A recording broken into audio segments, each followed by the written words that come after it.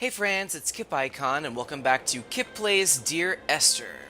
Let's go ahead and resume. We're going to start up with the beginning of Chapter 2.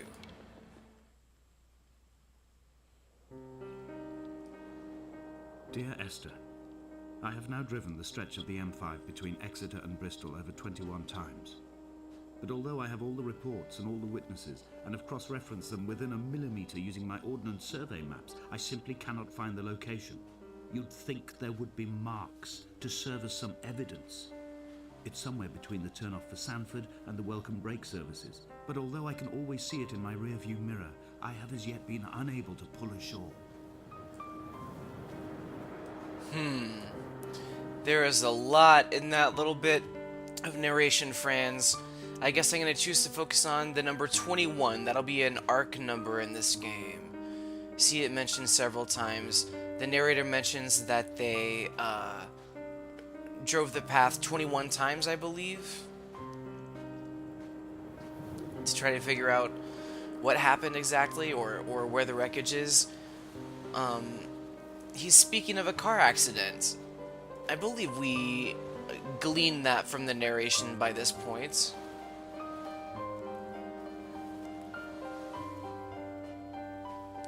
The detritus around this island is really uncommon for an island. Like, I think I've seen a couple of pretty bizarre things so far. We saw that car door and some car tires.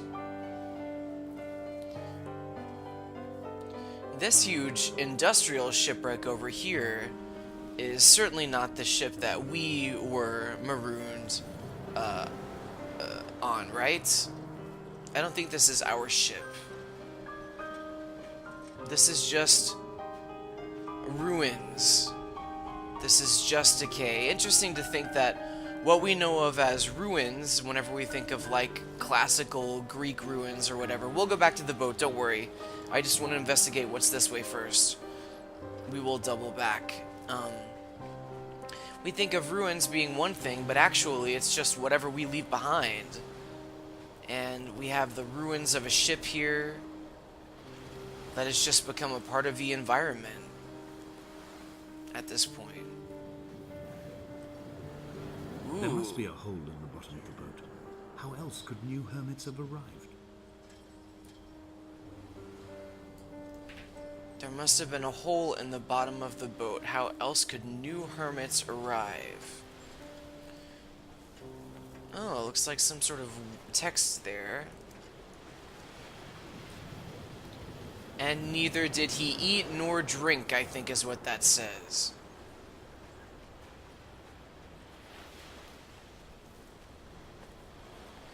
And neither did he eat or drink is probably part of a scripture from the Bible. I actually grew up with extremely religious parents, and so I was force-fed the Bible from a young age, so I can identify those sorts of things, even to this day, even though I'm quite the atheist.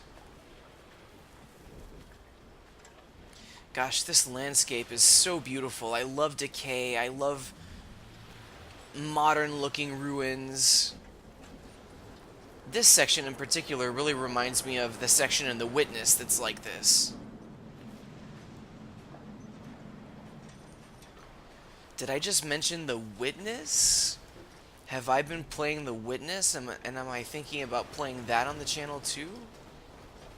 You'll have to stay tuned, as they say. Dang it, I thought we could go through that maybe and get up onto the boat. But I don't think our destiny is to get onto the boat, friends.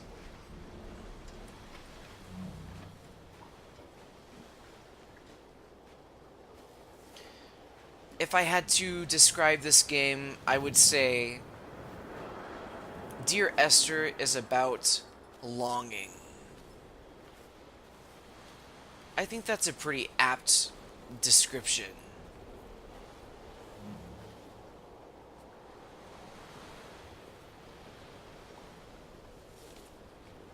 That blinking buoy is certainly attractive. I want to go to there. I guess maybe All the... night the boy has kept me lucid. I sat, when I was at the very edge of despair, when I thought I would never unlock the secret of the island, I sat at the edge, and I watched the idiot boy blink through the night. He's mute, and he is retarded, and he has no thought in his metal head but to blink each wave and each minute aside until the morning comes and renders him blind as well as deaf-mute. In many ways, we have much in common. That's so interesting. I was just about to say the word buoy, and then as I was thinking about, don't forget to say that word, the narrator said buoy. Oh, and there, we still have our objective of the blinking light at the top of the radio tower. That looks like it's just floating and not even a part of the island, doesn't it? That's really beautiful.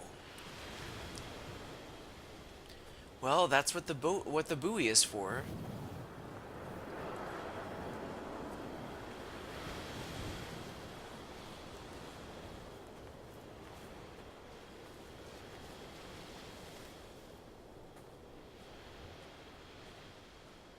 I find it really easy to willingly suspend my disbelief in this game. It's an environment that I simultaneously want to immerse myself in and really don't want to be here. I mean, it's creepy, right? Like, you're the only person on the island, or so we think so far. We haven't seen anyone yet. The narrator even mentions being the only one on the island.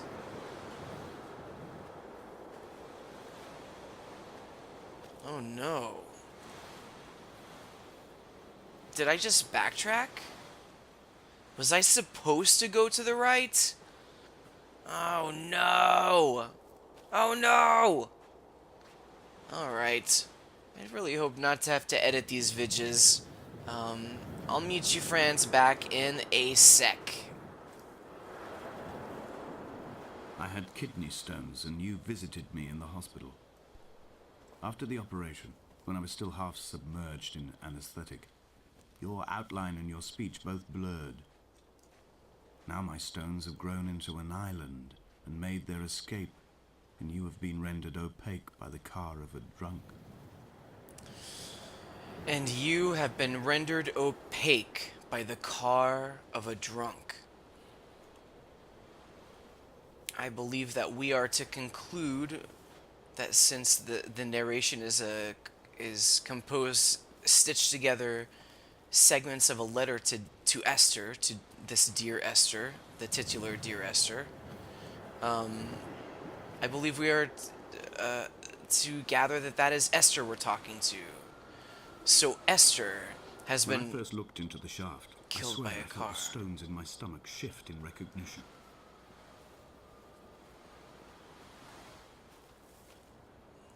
This shaft?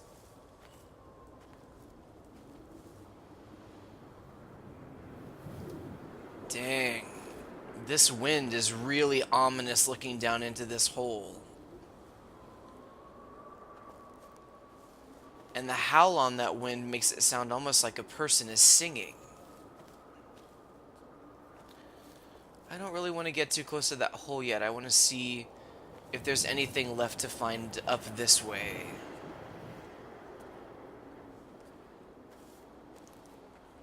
Ooh, that wind is unsettling.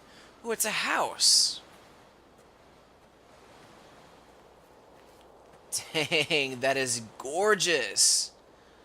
Look at that. Oh, and I love these fallen logs along the path on the way up to that house. Gosh, this is excellent. Is there anything up on this hill? Oh no, there's a fence there, and... no. There's nothing on that hill. The game says no, guys. I've begun to climb, away from the sea and towards the center. It is a straight line to the summit, where the evening begins to coil around the aerial and squeeze the signals into early silence. The bothy squats against the mount to avoid the gaze of the aerial. I too will creep under the island like an animal and approach it from the northern shore. What is that?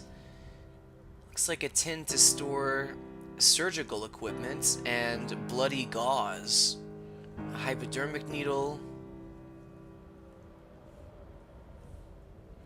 What are the implications there that this is where the narrator has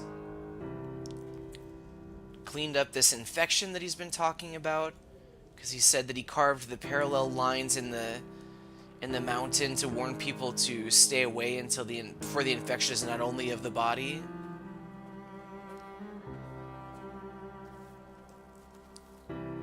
That's certainly one conclusion you could draw. Gosh, the vision of that house with that light behind it and those clouds, that is gonna stick with me for a long time. Some people really like pretty things. Some people like things to be beautiful and pristine and expensive. Oh my gosh, is that a figure? It was constructed originally in the early 1700s. By then, shepherding had formalized into a career. The first habitual shepherd was a man called Jacobson, from a lineage of migratory Scandinavians. He was not considered a man of breeding by the mainlanders. He came here every summer whilst building the bothy, hoping eventually that becoming a man of property would secure him a wife and a lineage. Donnelly records that it did not work. He caught some disease from his malcontented goats and died 2 years after completing it. There was no one to carve white lines into the cliff for him either. Well, there was definitely a shadowy figure standing in front of the house, you guys. And it walked into the house. Oh my gosh, I don't think this has ever happened to me on a playthrough. This is kind of terrifying. My heart is landfill. These false dawns waking into the still never light. I sweat for you in the small hours and wrap my blankets into a mass. I have always heard the waves break on these lost shores, always the gulls forgotten. I can lift this bottle to my ear, and all there ever is for me is this Hebridean music.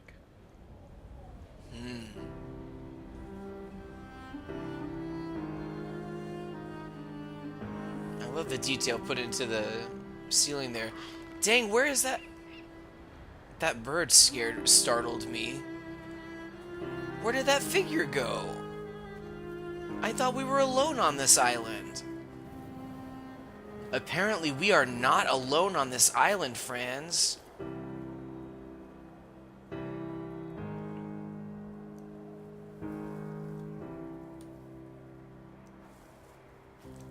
That red certainly pops out, doesn't it? Wow, well, we certainly have to keep an eye out for more figures. Gosh, I'm kind of nervous walking past this house now. Ooh, this one's beautiful. Dang, I love it. I love it, I love it, I love it. Okay.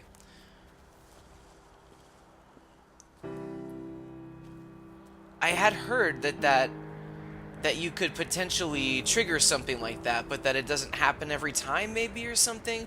Maybe I just haven't ever been looking for it before. Dang, what's down there? And also, it looks like I saw a light through that hole in the cliff wall over there. I'm a little too low. My vantage point is too low to see it right now, I think. Ooh, look at that cave down there.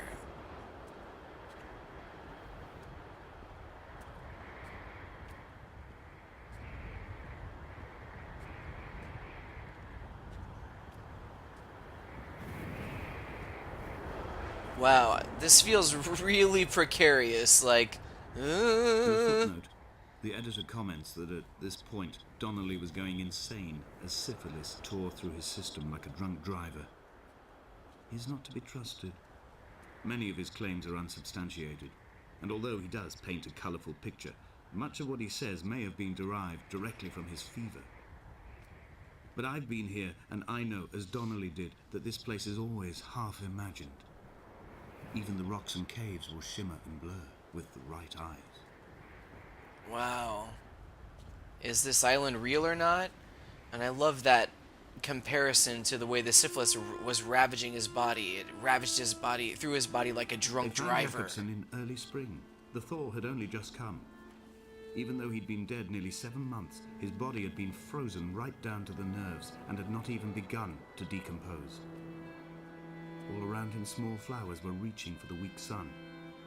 The goats had adjusted happily to life without a shepherd and were grazing freely about the valley. Donnelly reports they hurled the body in fear and disgust down the shaft, but I cannot corroborate this story.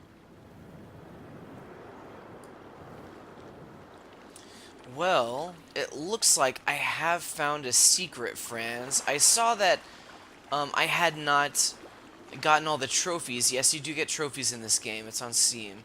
I hadn't gotten all the trophies, and I wasn't sure why. One of them said finding all the urns, and that looks like one of the urns.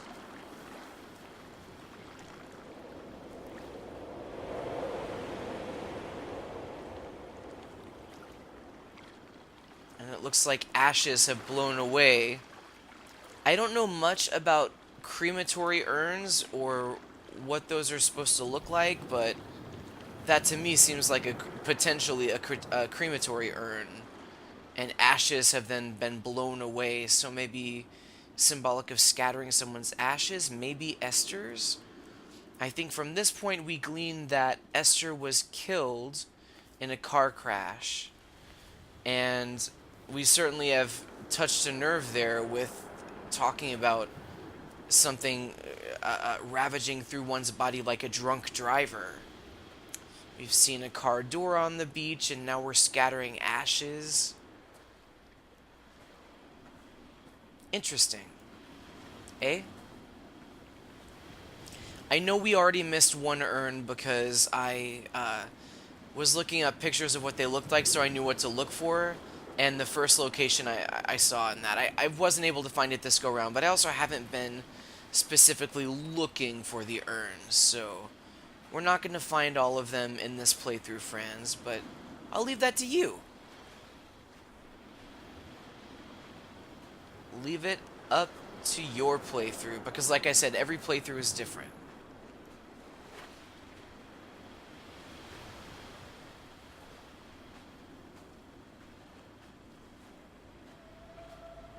Climbing down to the Dang. caves, I slipped and fell and have injured my leg. I think the femur is broken. It is clearly infected. The skin has turned a bright, tight pink, and the pain is crashing in on waves, winter tides against my shoreline, drowning out the ache of my stones. I struggled back to the bothy to rest, but it has become clear that there is only one way this is likely to end. The medical supplies I looted from the trawler have suddenly found their purpose. They will keep me lucid for my final ascent.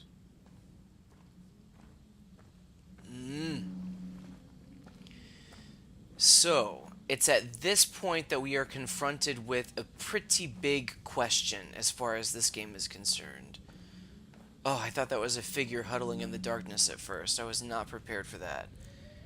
This looks like a suitcase that is exploded open. It looks like books have flown out. A shirt. What is that? Is that like a drawing of a keyhole? Oh, looks like a drawing of a druid of some kind. I'm not sure what that is. Oh, Hebridean history books. Clothes, jeans. Is that a photograph? I can't tell what that is. Dang. This suitcase has just exploded everywhere. That's an interesting thing to have at the end of this tunnel here. Okay, so here's the big question that we've just been introduced to. The narrator now talks about hurting his leg and how he slipped and fell going into the to go to the caves. We didn't do any of that, did we? So now the question is, are we, the player, the narrator? Or are the narrator and the player two different people? Are we tracing the footsteps of, some hermit who's been marooned on the island, or are we literally just rambling as we go? We mentioned using the medication we looted from the trawler to keep us lucid for our ascent. So I imagine we're taking lots of painkillers or something to bear the journey here. So that's a very important distinction that we are not given any concrete answers to just yet. And maybe we won't actually, but I believe that this is the end of chapter 2. And this is so freaking epic and beautiful. Oh my gosh, look at that. This gorgeous cave, glowing, almost glowing from within, blue, you know. It's beautiful. This is another hole. We've seen one hole so far in this chapter, but wow. Just so you know, that kind of auto triggers. I didn't intentionally do that.